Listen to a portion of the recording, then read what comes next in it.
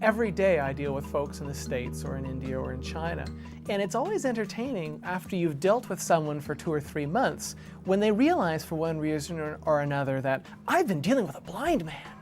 You do have those awkward moments. Of course, I don't know if they should look at the interpreter or look at me. Of course, over a few moments, you resolve those issues and the awkwardness is gone. How to blend that in.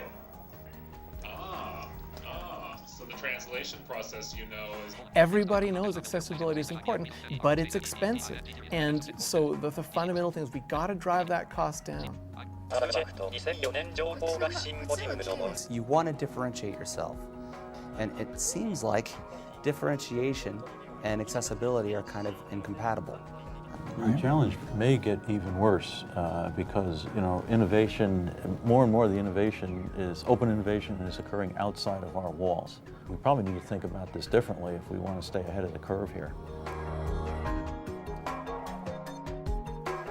We are running with programs where we identify the college graduates who are physically disabled people, and then with the help of NGOs, we give them adequate training, we prep them and make sure that they are capable of starting their work. And I do know that IBM has a great relationship with the American Association for the Advancement of Science, a nonprofit organization in Washington. A great relationship with colleges for recruiting, colleges that have a reputation for recruiting students with disabilities.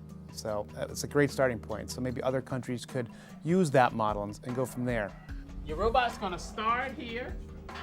Somehow we've got to reach out and try and catch people before they've started to make their scholastic choices, right? So that we can help to educate, disabled youngsters, right? That there are futures for disabled people in these careers and there are jobs in these areas. My name is Mike Ching. For those of you who were not here at 8:30 in the morning, I am also a new hire. I joined in June 30th of this year. I think the difference is that the new people that are coming now, they don't know IBM yet. They don't know that they can trust in us and that IBM only invests in you because of your capability and not because you are or not disabled. And this is why mentoring in this point is very important. I think that's a really good point. I think if you look at the statistics of the company right now, 50% of the population now has been with the company for less than 5 years. So the assumptions on the cultural history of IBM being passed down generation to generation, I think have fundamentally changed. And I think we have to, each of us in our own way, step up our mentoring activities. Free from desktop. Anywhere, anytime, on demand. It's important for us as manager to encourage people to come forward with their career aspirations and demonstrate the confidence we have in these guys.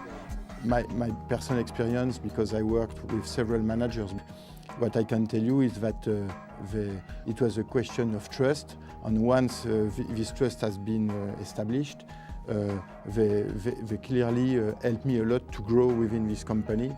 If I had one piece of advice to give to all employees with disabilities at IBM, it's don't be pigeonholed. Don't be stuck at your job or at your current level in your career because of your disability. That's not the right attitude to have if you want to get ahead at IBM. I kind of have advice that I give to all of my mentees is once you get to the point where you feel like you're practicing in a job as opposed to learning, it's time to move. We are so starved for management and technical leaders and talent at the top of this company that, just to put it bluntly, economically, we don't really care if you have a disability.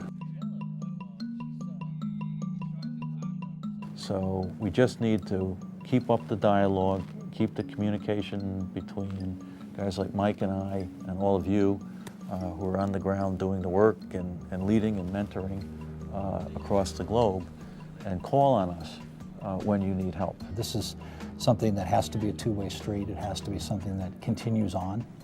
Like all accomplishments in the world, things happen because of persistence, dedication, focus. I think there's a lot we can do together, and I'd like to see us accomplish that.